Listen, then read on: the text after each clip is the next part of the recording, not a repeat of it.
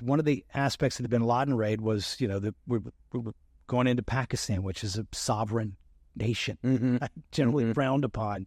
And you had a number of the bureaucrats inside of the Joint Special Operations community said, hey, this is just another raid. We do this every night. It was not. There were so many things that were different. One, civilians in Pakistan aren't civilians in Afghanistan or in Iraq. There are police in Pakistan. There are no police in Afghanistan that were going to come after us. There's a military force in Pakistan. But the civilians were a big one. Abbottabad, where bin Laden was finally found by the agency, was a middle-class area, not used to hearing helicopters and gunfire at night. So what are those civilians going to do? And we had enough time to do about half a dozen full-mission profile runs before we took off.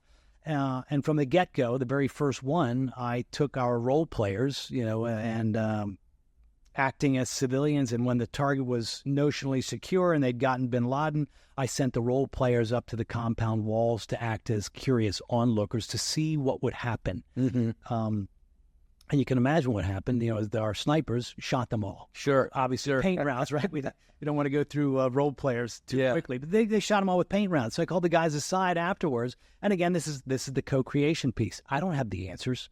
As the most senior operator there, I didn't have the answers to what to do with the civilians. And I said it to the guys. I'm like, I have no idea what the answer is here. We have to think about this. Sovereign nation, right? Generally frowned upon, might be forgiven because it's bin Laden, probably not. Our relationship with Pakistan was on the rocks as it was. And I said, now imagine we start shooting innocent men and women, maybe even innocent children, coming up unarmed, coming up the compound walls because they want to know what the heck is going on.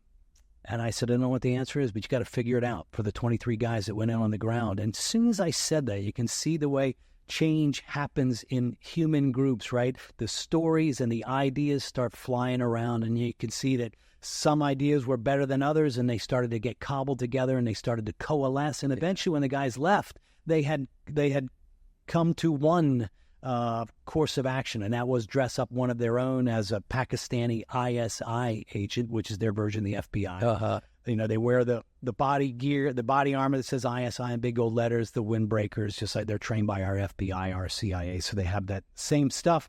And people in Pakistan know the ISI by their English initialism, ISI, not in Urdu. And so, when people started rolling out of their houses there in the middle of the night in Abbottabad, Pakistan, there was the one guy dressed up as an ISI agent with a bullhorn saying, hey, ISI, go back inside. Wow. And all those civilians that had come out of their houses turned right around and went right back inside their houses. And, just took that problem right off the table. That is creative problem solving. Yeah.